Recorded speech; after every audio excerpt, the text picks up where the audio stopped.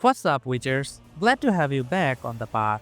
Today, we are diving deep into the highly anticipated next chapter in the Witcher saga, The Witcher 4. We know Ciri is taking center stage, but what kind of story can we expect? That's the real question, isn't it? How do you begin a brand new saga after closing out one of the most beloved trilogies in modern RPG history?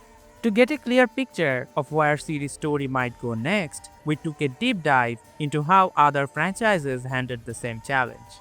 Games like God of War, The Last of Us, and even the Witcher books themselves offer valuable clues. By analyzing the narrative blueprints behind these transitions, we can piece together a bold and emotional roadmap for The Witcher 4. Let's break it down.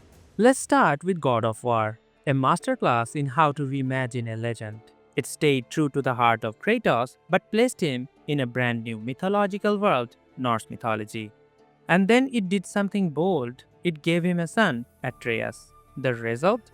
A deeply personal story, one that focused not on gods or monsters, but on the evolving bond between a father and his child. What made it so compelling was the shift in perspective and the introduction of a deeply human familial bond as the emotional core. Similarly, The Witcher 4 is shifting its lens. With Ciri stepping into the spotlight, we are not just getting a new protagonist, we are getting a new angle on the Witcher world itself. Just as God of War ventured into Norse mythology, The Witcher 4 could lead us into uncharted regions of the continent, places we have only heard before in the whispers. This game took a different route. Instead of reinventing the world, it directly continued the story, but with a heavy focus on the weight of past choices. We followed Ellie on a brutal, vengeful path, only for the game to flip the script completely. Suddenly, we are playing as Abby, the very person Ellie was hunting. It was bold, uncomfortable, and deeply human, a reminder that every story has more than one side. The Last of Us Part 2 proved that a franchise can evolve not just by moving forward, but by forcing us to confront the consequences of what came before. It blurred the lines between hero and villain, asking us to question everything we thought we knew. In the same way, The Witcher 4 might dive into the fallout of choices made in Witcher 3, exploring how those ripple affect the world. And just like Ellie and Abby offered opposing perspectives, Ciri's journey could be challenged by new characters with clashing ideals and their sense of destiny. Finally, let's turn to the Witcher books. After Geralt's main saga, Sapkowski expanded the universe through short stories and standalone tales exploring Geralt's past or introducing entirely new threads within the same world. This shows a clear pattern.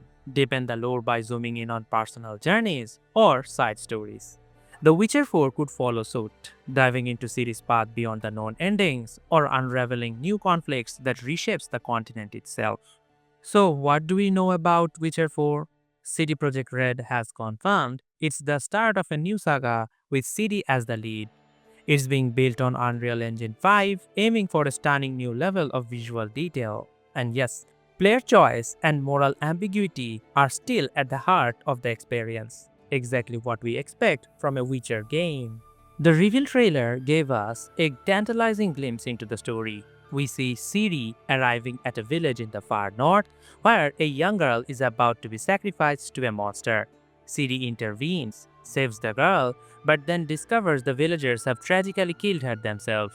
This immediately sets a dark and morally complex tone. Notice Ciri's eye in the trailer? They appear mutated, hinting at her transformation into a witcher. This is a significant development as she didn't undergo the traditional trial of the grasses in the books or previous games.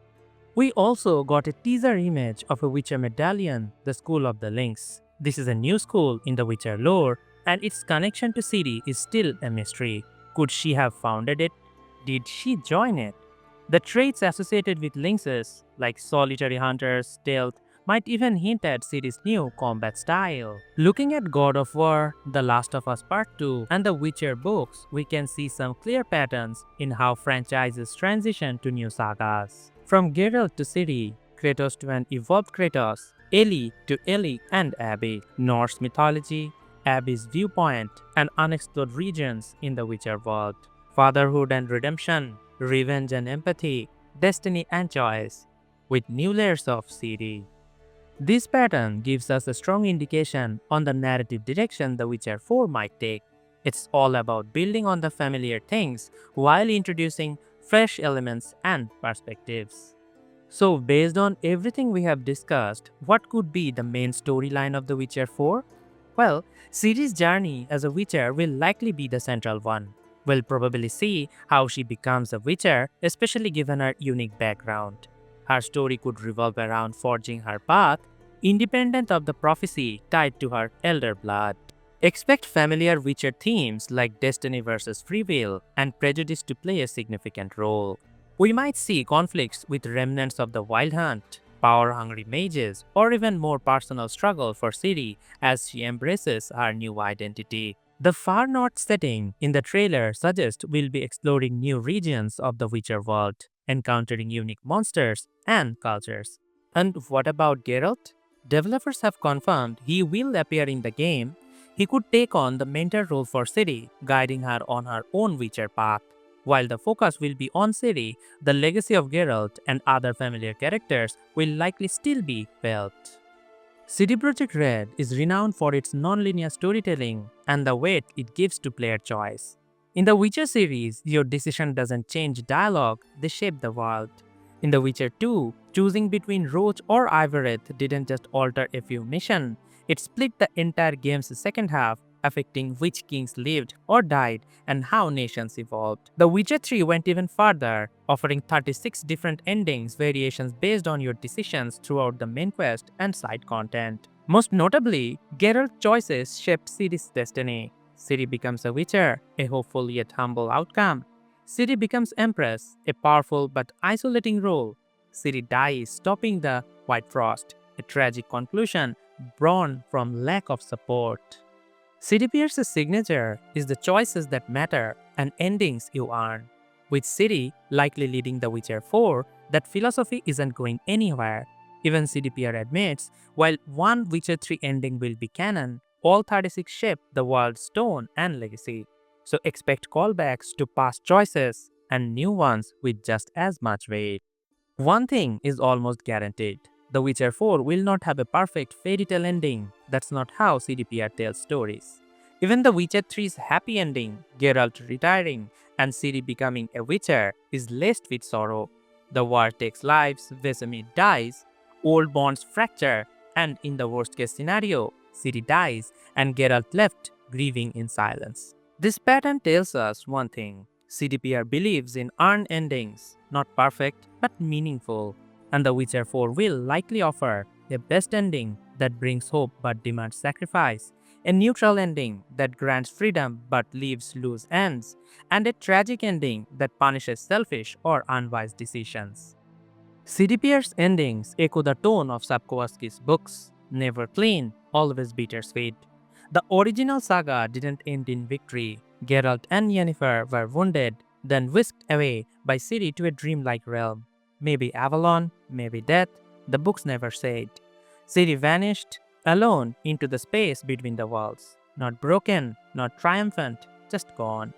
Based on CDPR's style, AAA trends, and Witcher's lore, here are 4 likely ending paths. Ending 1. A new dawn for Witchers. Ciri defeats the existential threat, reforms the School of the Lynx, and begins training a new generation of Witchers. The world enters a fragile peace. In a final touching scene, Ciri mentors a young apprentice, symbolizing a new era. This is the most hopeful and likely canon ending, achieved only through wise, empathetic choices. Ending 2. The Lioness of Sintra. Ciri chooses the throne, perhaps to unify the continent or prevent future wars. Peace comes, but at the cost of her freedom. Ending 3. The Cliffhanger. To stop the apocalypse, Ciri gives her life. The world survives, but she vanishes, either dying or becoming lost in another realm. Geralt and others mourn her. This is the darkest ending. Ending 4. The Eternal Wanderer. Ciri rejects politics and rebuilding. After handling the threat, she resumes life on the path. No thrones, no students, just her sword and herself on the road. What ending is the most likely to be canon? The first ending. Ciri rebuilding the Witchers and continuing the path is the most likely candidate. It's bittersweet but hopeful. It leaves room for future games. It fits CDPR's pattern of growth through sacrifice. It honors the lore, the themes of the books, and the studio's past narrative choices.